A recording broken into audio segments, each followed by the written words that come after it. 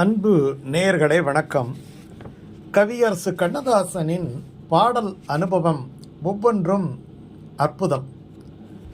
அவர் பாடலை சொல்லுகின்ற பொழுது மிகவும் நுட்பமாகவும் சீரியஸான ஒரு மனநிலையிலும் சொல்லுவார் என்று அவருடைய உதவியாளர்கள் சொல்லியிருக்கிறார். பஞ்சவரணாச்சலம் சொல்லுவார், கவனம் அந்த பக்கம் இந்த பக்கம் போகக்கூடாது, கொஞ்சம் அசந்தாலும் கூட அவர் என்ன சொல்கிறார் என்பது நமக்கு தெரிந்து எழுத முடியாமல் போய்விடும், மறுபடியும் அவரிடத்திலே கேட்க முடியாது. அதனாலேயே நான் கிட்டத்தட்ட வேகமாக சுருக்கெழுத்து எழுதுபவர்கள் போல நான் இந்த வார்த்தைகளை எழுதி கொண்டு பிறகு யோசித்து முடிப்பேன் அப்படியெல்லாம் சொல்லியிருக்கிறார். அவ்வளவு சீரியஸாக சொல்லுவாராம்.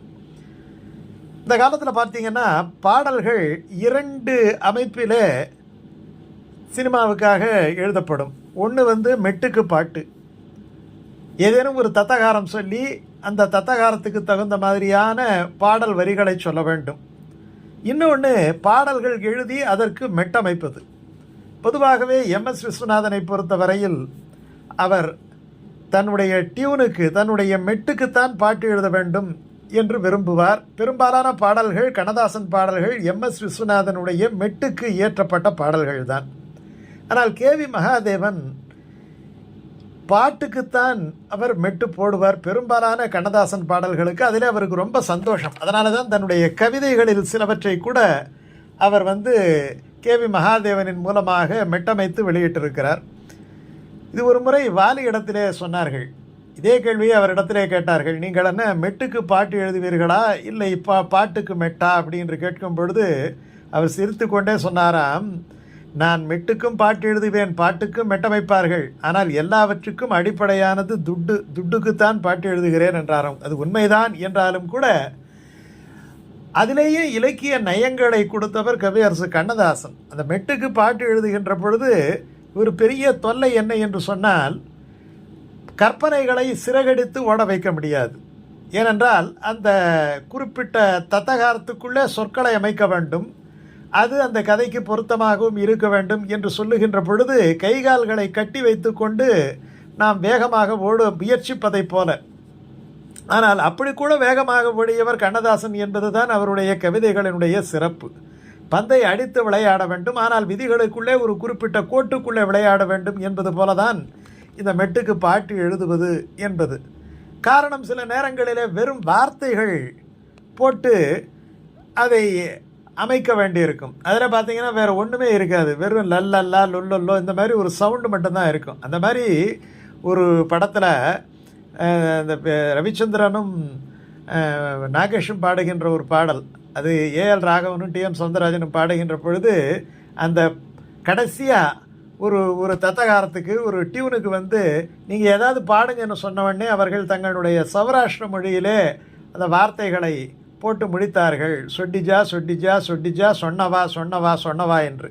அதுக்கு ரொம்ப பேருக்கு அர்த்தம் தெரியாது, ஆனால் அது அவர்கள் மொழியிலே அவர்கள் பாடி முடித்தார்கள் என்று சொல்வார்கள். அதே போலவே இந்த மெட்டுக்கு பாட்டு எழுதுகின்ற திறமை என்பது பெரும்பாலான புது பாடலாசிரியர்களுக்கு வராததாலே அவர்கள் மிகச்சிறந்த கவிஞர்களாக இருந்தாலும் கூட அவர்கள் இந்த சினிமா துறைக்கு வருவதற்கு விரும்புவது கிடையாது. அது ஒரு முறை கூட சொன்னார்கள், அது என்ன, அது சிலையை செதுக்கலாம், ஆனால் அம்மிக்கலை குத்துவதற்கு சிற்பி எதற்கு என்று கூட சில கவிஞர்கள் கேட்டிருக்கிறார்கள். ஆனால் கண்ணதாசனை பொறுத்தவரை அது அம்மிக்கலோ ஆட்டுக்கலோ தன்னுடைய கவித்துவத்தை 95% வரை அது எப்பேற்பட்ட மெட்டாக இருந்தாலும் போட்டவர். ஒரு மெட்டுக்குள்ளேயே அவருடைய கற்பனை சிறகடித்து பறக்கும். அப்படி பறக்கின்ற பொழுது அவர் போட்ட பாடல்கள் சாகா வரம் பெற்ற பாடல்கள். அவர் சொல்லுவார், தாளத்தை பிடி, அந்த கோலத்தை போடு என்பார். MSV பல நேரங்களிலே இந்த கவிஞருடைய கவித்திறனோடு செல்லமாக விளையாடி இருக்கிறார். சிக்கலான டியூன்களை எல்லாம் கொடுத்து போடுங்க பார்க்கலாம் அப்படி என்று சொன்ன சில நேரங்களெல்லாம் உண்டு. சில அவசரமான நேரத்திலே இப்படி அவர் செய்கின்ற பொழுது கவிஞர் கோபித்துக் கொள்வதும் உண்டு. ஆனாலும் MS விஸ்வநாதனுடைய சவாலில் கவிஞர் என்றுமே தோல்வி அடைந்ததில்லை. ஒரு முறை போலீஸ்காரன் மகள் படம், அந்த படத்தில் என்ன இந்த மெட்டுக்கு நீங்கள் போடுங்க பார்ப்போம்னவரை சரி வாசி என்று சொன்ன உடனே ஒன்றும் செய்யவில்லை, 3 மெட்டுக்கள் மட்டும்தான் போட்டார். டொயிங் டொயிங் டொயிங் என்று 3 மெட்டுக்கள் மட்டும் போட்டார்.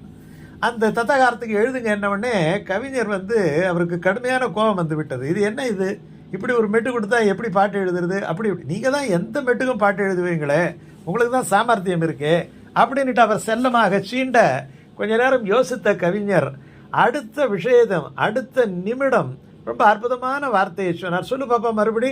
டொயிங் டொயிங் டொயிங் என்று சொன்ன உடனே பொன் என் பேன் என்றுட்டு 3 சொற்களாலே அந்த 3 டொயிங் சவுண்டை நிரப்பினார். அது அற்புதமான பாட்டாக அமைந்தது.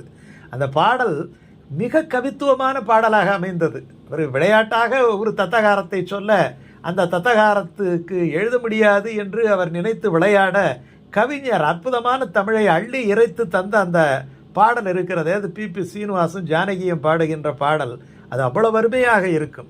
பொன்னென்பேன் சிறு பூவென்பேன் காணும் கண்ணென்பேன் வேறு என்னென்பேன். என்ன அழகு பாருங்க.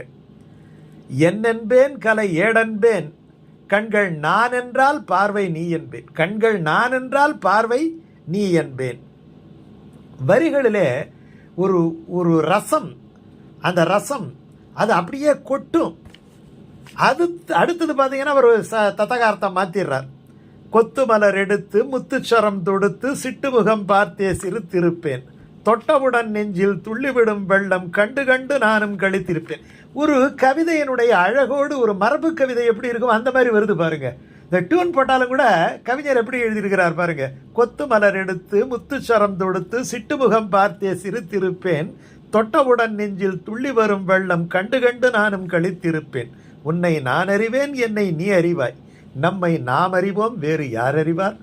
என்ன அழகு பாருங்க. அடுத்த சரணத்தை பாருங்க.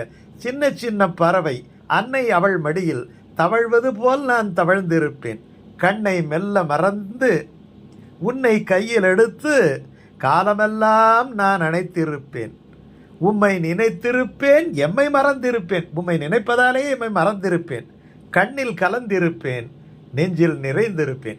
கடைசியில் முடிக்கும் பொழுது அந்த பாடலுக்கே மகுடம் போட்டது போல கண்ணில் கலந்திருப்பேன் நெஞ்சில் நிறைந்திருப்பேன். என்ன அழகான வரி பாருங்க. சும்மா விளையாட்டா சொன்ன ஒரு டியூனுக்கு கவிஞர் ஒரு அற்புதமான ஒரு பாடல், ஒரு மாளிகையை கட்டி கொடுத்திருக்கிறார் என்று சொன்னால் அதுதான் கவிஞருடைய தனித்திறன், கவித்திறன்.